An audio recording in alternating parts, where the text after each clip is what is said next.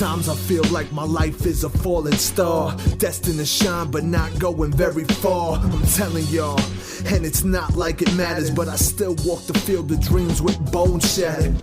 Indians in the 1800s compared to now, we are totally different because of what happened through the history.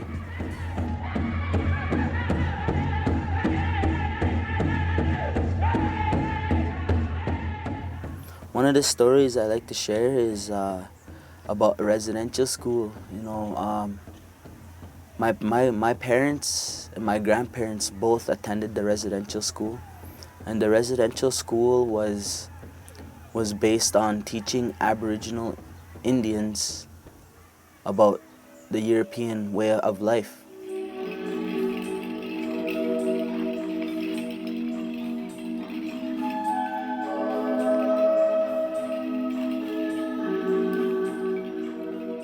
They had missionaries and Indian agents who came to communities of First Nations people, and they took children from their home at young ages.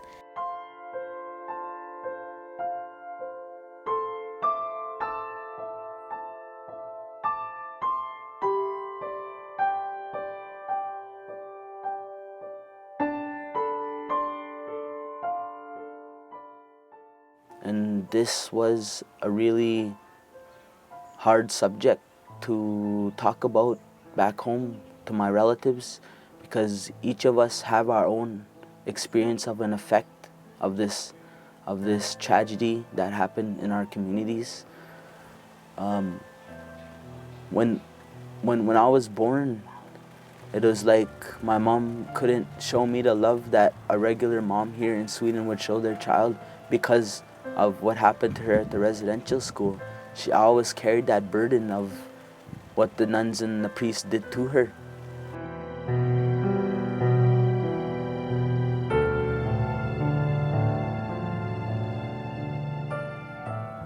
It is actually, you know, that's something that's really, really deep. Like it affects us. It affects our generation because our parents went through it.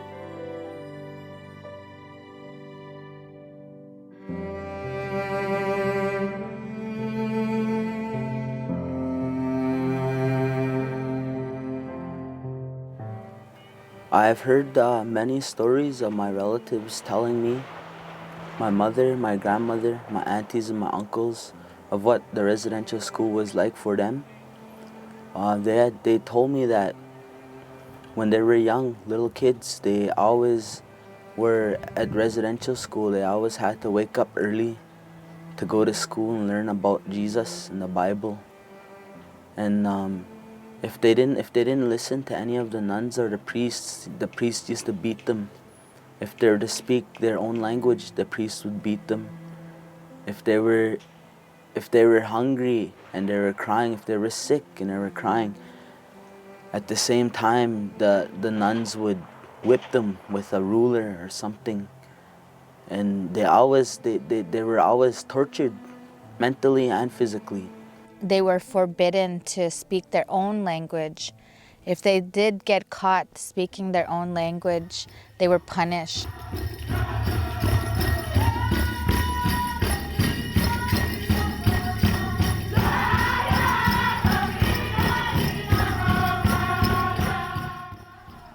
Some people don't know their culture. They're just now starting to learn about their heritage, and it's like okay, like it's okay now to practice our culture. We try and create an opportunity for us to learn the language, and that opportunities is through the powwow songs, through the round dance songs, through all the songs that we sing.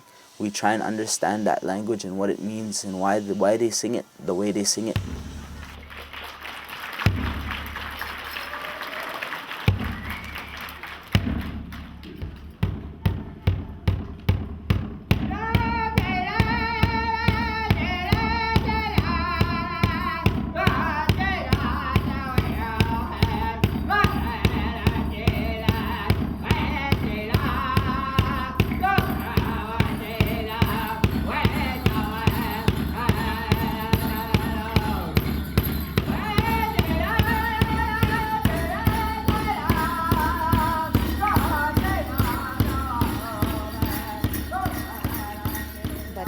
to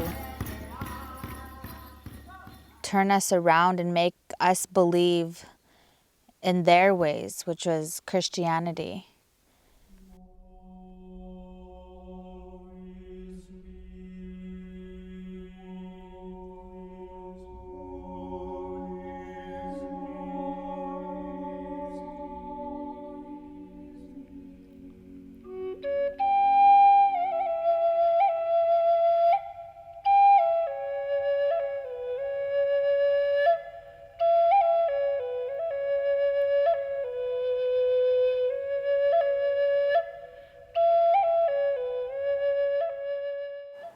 And my mom, when she was in residential school, she was always being told that she was gonna be gone to hell if she spoke her language, if she even tried to sing a song, a Native American chant.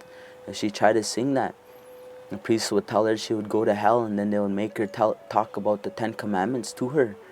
And our people, long time ago, never believed in hell. They always believed in heaven. What they would call heaven is the happy hunting grounds.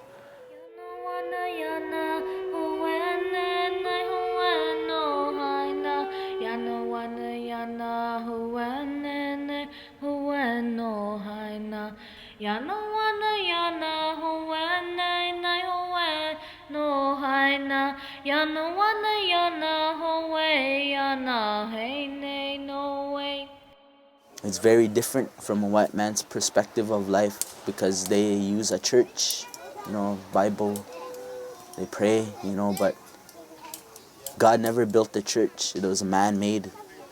God built the sweat lodge, he built nature, he made this land, he made this dirt, and that's what we use. We try and keep it natural.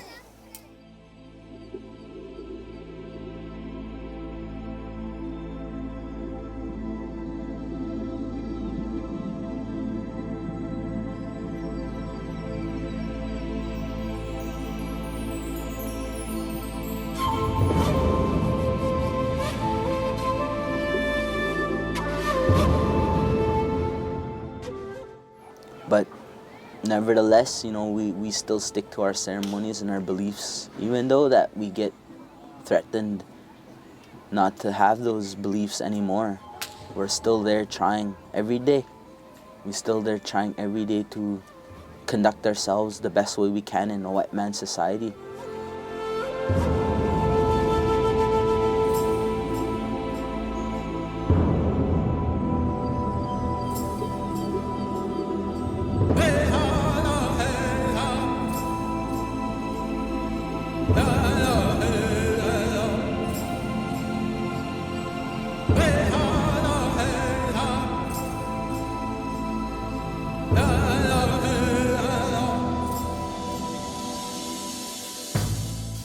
But there is a lot of destruction within us, and sometimes we can't fit in society because of the history and the stories that we were told to us, that our grandparents told us. To me, Sweden is a very different place to be. And where we come from, Canada, there is a lot of racism, there is a lot of hate towards the Aboriginal people. And what I mean by Aboriginal is the Indian people. And they treat us with racism. They don't like Indians because Indians are known to be a thief. They're always known to be the worst people of mankind because of how we lived and how we painted up our face. It was like the white man were always scared of us because of how we dressed, how we talked, and how we used our voices and screaming around and things like that.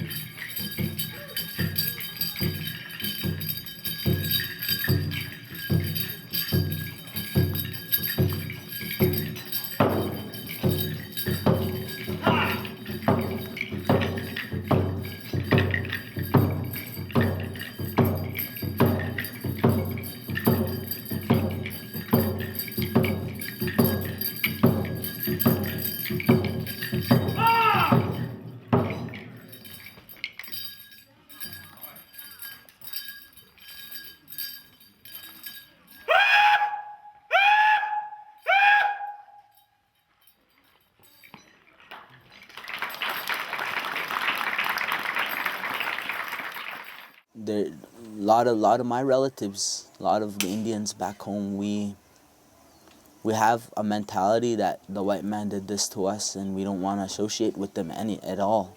Like we don't want to have anything to do with them, you know. So we it come to the conclusion where that the white man is always fighting us. You know, we still have to deal with, you know, what has happened to us because we are the next generation. We try and help them to understand where they come from, because nowadays a lot of young youth don't know where they come from. They don't know their roots. They don't know how to conduct themselves in the right way. All they do is they use drugs. As we go along, there's a lot of us who are a younger generation, and there's many of them that are angry. They're an angry generation, but yet they're well educated. For me, I look at my paper being my bow and arrow. I look at my pencil being an arrow. I look at my books being my tomahawk, and that's how I'm gonna fight back in society. And I want to get educated so that I can speak for my people. And already I'm starting that road to speak for my people. And because of my grandmother's teachings, I am sitting in Sweden today being recognized for what I do in my culture. Also in schools, it is now in the school curriculum where you have to learn about Aboriginal culture. And so now it's like all across Canada, they're trying to catch up on Native history and on how we are today. And it's part of the school curriculum. They have to learn about it. So like that's implemented as well. And also we have our own television network. It's called the Aboriginal People's Television Network, and it's broadcasted all across Canada. We're still here. We're still here. There is still millions of us. You know, our culture is even growing till this day, even more.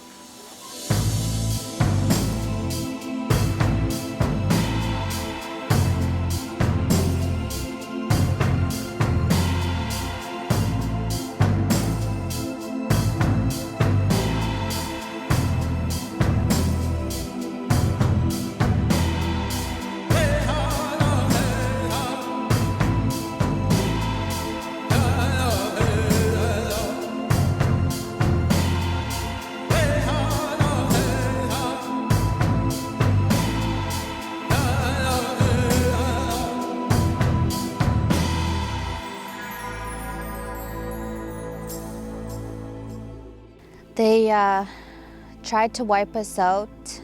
They tried to wipe out our culture, our language, and our beliefs, but we're still here. We're still standing here strong with our culture and our language and our beliefs.